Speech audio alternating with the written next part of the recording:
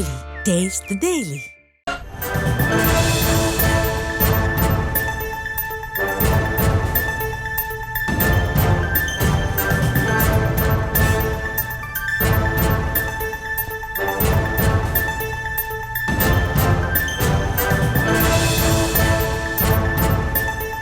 அண்மை செய்தியை பார்த்து வருகிறோம்.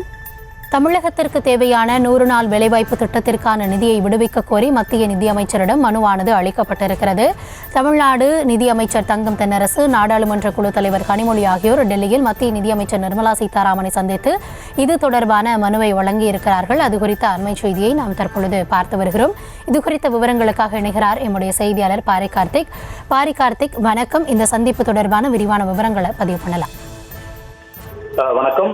மத்திய பட்ஜெட் வருகின்ற பிப்ரவரி 1ஆம் தேதி தாக்கல் செய்யப்படும் நிலையில் ஏற்கனவே தமிழ்நாடு அரசின் சார்பில் பல்வேறு கோரிக்கைகள் மத்திய அரசிடம் முதலமைச்சர்கள் கடிதம் வாயிலாகவும் அதே போல நீதித்துறை அமைச்சர் நேரடியாகவும் முன்னளித்திருக்கிறார். இதன் அடிப்படையிலே தமிழகத்துக்கு தேவையான அந்த மெட்ரோ பணியானது தற்போது நடைபெற்று வருகிறது. அதற்கான நிதியும் பல்வேறு சாலைகள், குறிப்பாக விக்கிரவாண்டி டு தஞ்சாவூர் உள்ளிட்ட தமிழகத்தில் முக்கிய சாலை பணிகள் இன்னும் நடைபெற்றுக் கொண்டிருந்தன. அதற்கான நிதியும் மத்திய அரசு சார்பில் இன்னும் சரிவர ஒதுக்கவில்லை என்ற குற்றச்சாட்டு இருந்தது. எனவே அதன் அடிப்படையில் அதற்கான அந்த மனுவும் கொடுக்கப்பட்டுள்ளது. மேலும் தமிழகத்திற்கு தேவையான அந்த 100 நாள் வேலைவாய்ப்பு திட்டம் தற்போது 2 மாதமாக அவர்களுக்கு வேலைவாய்ப்பு கொடுக்க வாய்ப்பு இல்லாமல் தற்போது இருக்கிறது. எனவே அதன் அடிப்படையில் அந்த 100 நாள் வேலைவாய்ப்புக்கான நிதியும் மத்திய அரசிடம் கொடுக்க வேண்டும் என்று அது தொடர்பாக பட்ஜெட்டில் அறிவிக்கப்பட வேண்டும் என்றும் தற்போது மாநில நீதித்துறை அமைச்சர் தங்கம் தென்னரசு அவர்கள் தற்போது மத்திய நீதித்துறை அமைச்சர் நிர்மலா சீதாராமன் அவர்களை சந்தித்து நேரடியாக கோரிக்கை வைத்திருக்கிறார். மேலும் அந்த மனுவில் தமிழகத்துக்கு தேவையான மெட்ரோ பணி, அதே போல தேசிய நெடுஞ்சாலை, 100 நாள் வேலைவாய்ப்பு உள்ளிட்ட பல்வேறு பணிகள் தொடர்ச்சியாக தமிழகத்திற்கு பாதிக்கப்பட்டிருக்கிறது.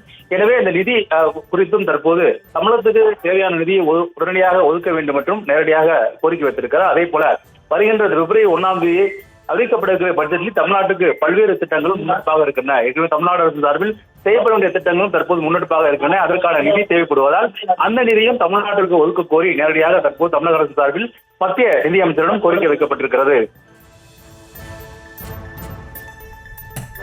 தற்போதைய விவரங்களுக்கு நன்றி பாரி கார்த்திக்.